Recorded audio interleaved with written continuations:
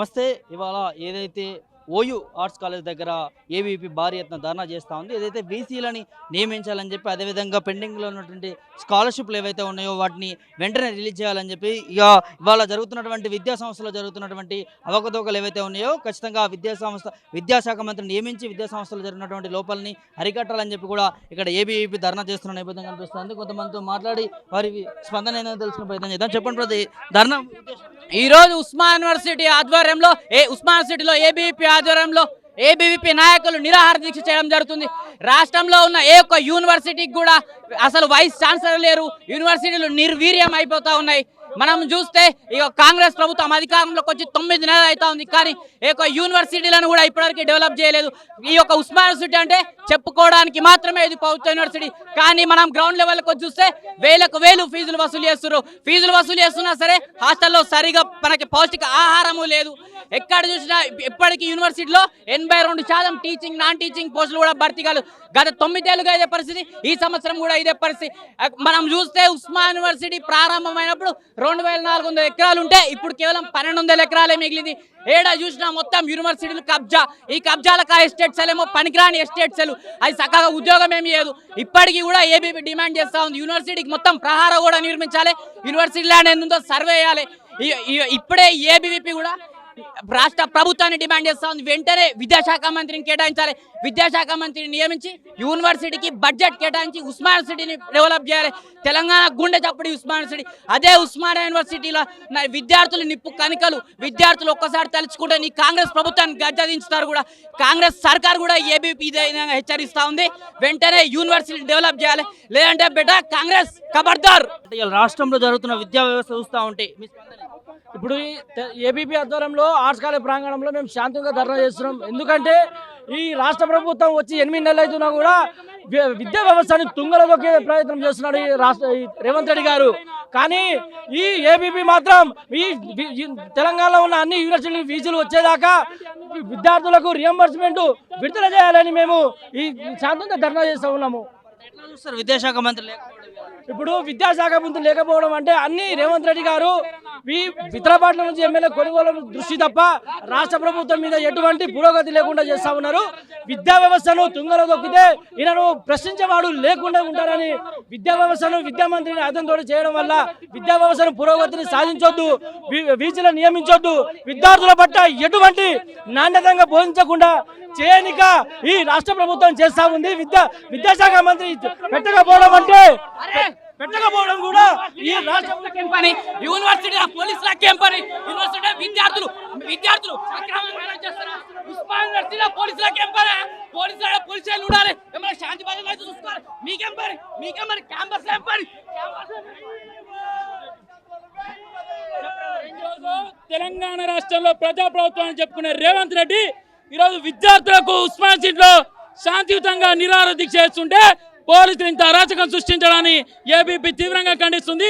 ఈరోజు ఒకటే అడుగుతున్నాం, ఈ యొక్క యూనివర్సిటీలకు పర్మనెంట్ వీసీలను పెట్టాలి. దాదాపు 8 నెలలు గడుస్తున్నా కూడా ఈ యొక్క యూనివర్సిటీలకు పర్మనెంట్ వీసీలు లేరు.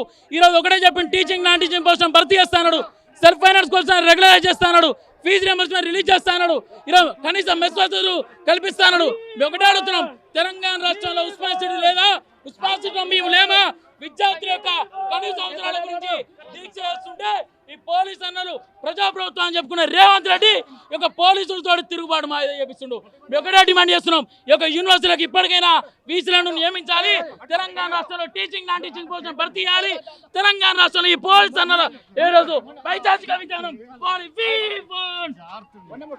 చూడొచ్చు. ఏబీవీపీ నాయకులను ఇక్కడ పోలీసులు అయితే అదుపులోకి తీసుకునే ప్రయత్నం అయితే చేస్తూ ఉన్నారు.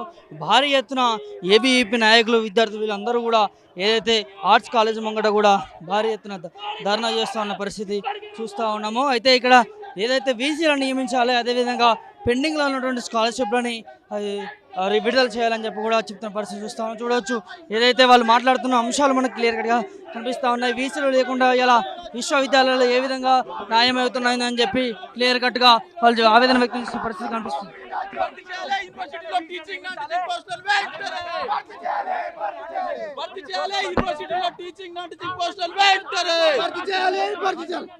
ఈరోజు తెలంగాణ వ్యాప్తంగా అన్ని యూనివర్సిటీలో వైస్ ఛాన్సలర్లను భర్తీ చేయాలి.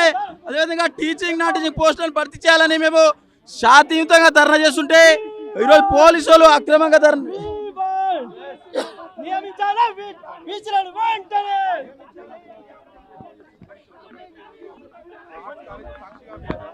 ఇక్కడ చూడవచ్చు మేము శాంతియుతంగా ధర్నా చేస్తూ ఉంటే పోలీసులు మా పైన అంచి వేస్తూ ఉన్నారని చెప్పి కూడా ఇక్కడ ఏబీవీపీ నాయకులు ప్రశ్నిస్తున్నటువంటి అంశాన్ని చూస్తూ ఉన్నాము. అయితే ఇక ప్రభుత్వం 9 నెలలు అవుతా ఉన్నా కూడా ఇప్పటి వరకు కూడా విద్యాశాఖ మంత్రిని నియమించలేకపోవడాన్ని తీవ్రంగా ఖండిస్తూ ఉన్నారు. విద్యాశాఖ మంత్రి లేకపోవడం ఇలా విశ్వవిద్యాలయంలో కొనసాగుతున్నటువంటి అవకతవకలు ఏవైతే ఉన్నాయో వాటన్నింటినీ కూడా అరికట్టాలని చెప్పి కూడా చెప్తా ఉన్న పరిస్థితి కనిపిస్తూ ఉంది. చూడవచ్చు ఏబీవీపీ నాయకుడిని ఏ విధంగా వాళ్ళకి తీసుకెళ్తా ఉన్నారు, వాళ్ళకి తీసుకెళ్తా ఉన్నారు. మీ యొక్క పిట్ట బెదిరింపులకు భయపడలేదు. ఖబర్దార్ సిఐ గారు, మీరు ఎవరైతే ప్రశ్నిస్తున్నారో వాళ్ళ మీద కక్ష కట్టి కేసులు పెడతా ఉన్నావు. నీకంతా కాంగ్రెస్ పార్టీ గుడిగం చేయాలనుకుంటే కాంగ్రెస్ పార్టీ కండు వేసుకో. నీకు యూనిఫామ్ సెట్ కాదు. ఏమడుగుతున్నాం? మా మీద కేసులు పెడతావా? పెట్టు.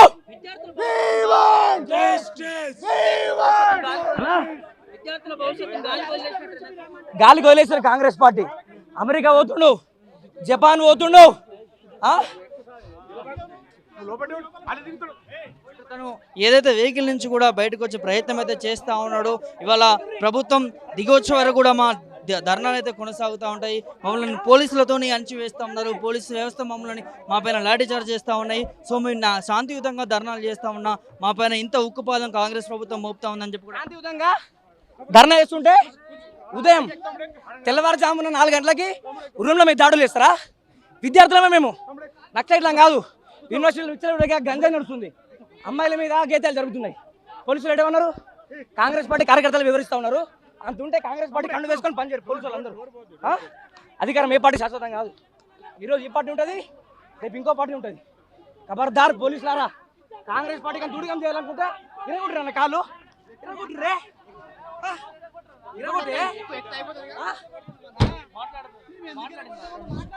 అన్నా.